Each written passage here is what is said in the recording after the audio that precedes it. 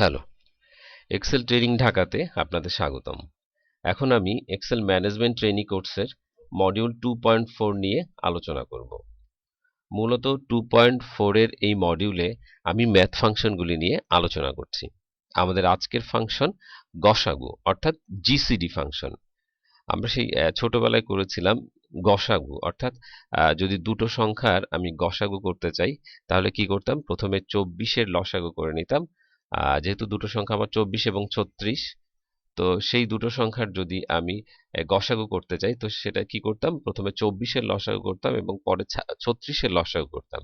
এরপরে 24-এর যে সংখ্যাগুলি আছে সেগুলিকে একটা জায়গায় লিখতাম এবং 36-এর সংখ্যাগুলিকে একটা জায়গায় লিখে 24 এবং 36-এর মধ্যে যে কমন সংখ্যাগুলি থাকতো সেই সংখ্যাগুলির গুণফল আমরা বের করতাম।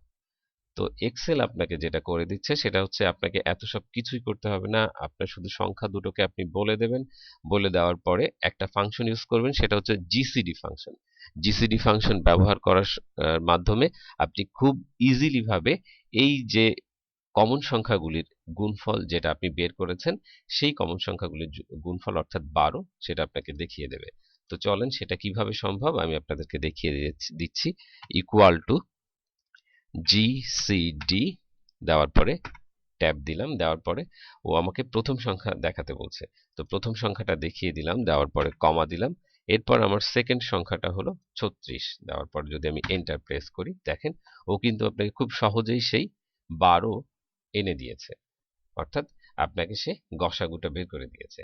অর্থাৎ GCD function returns the greatest common divisor of the two or more integers.